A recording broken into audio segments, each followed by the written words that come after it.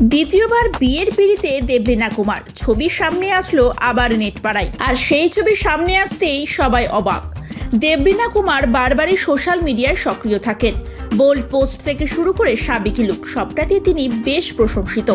এবারও তার ব্যতিক্রম হলো না। আবারও বিয়ের পিড়িতে কি তাহলে দেবলীনা কুমার?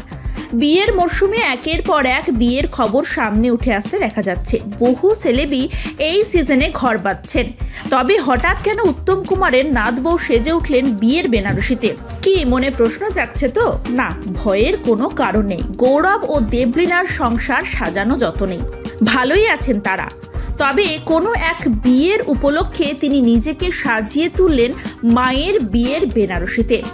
সে ছবি সোশ্যাল মিডিয়ায় শেয়ার করে নিয়েছেন তিনি। দেবলীনা কুমার বরাবরই সোশ্যাল মিডিয়ায় সক্রিয় থাকেন। বোল্ড পোস্ট থেকে শুরু করে সাবেকি লুক সবটাতেই তিনি সবার কাছে বেশ প্রশংসিত। আবারও তার ব্যতিক্রম হলো না। তার ছিমছাম মায়ের নীলরঙা বেনারসি যেন তার উপর একদম আরো উজ্জ্বল হয়ে উঠেছে।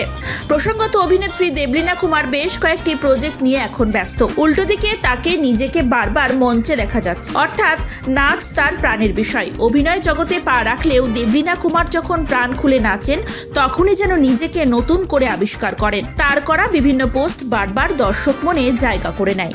দেশ কিংবা বিদেশ ঘুরতে যাওয়া থেকে শুরু করে শুটিং ফ্লোরের মাঝে কয়েকটা ছবিও তুলে নেন, সেলফিও তুলে নেন, আর সেটা সোশ্যাল মিডিয়ায় তিনি পোস্টও করেন। সবটাই দর্শকদের সঙ্গে ভাগ করে নিতে থাকেন দেবলীনা।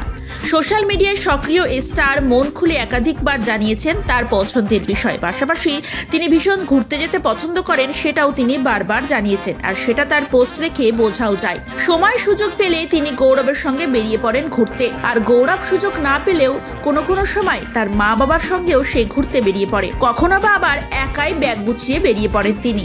মাঝে মধ্যে সেই সকল ছবি পোস্টও করে থাকেন তিনি সোশ্যাল মিডিয়ায়।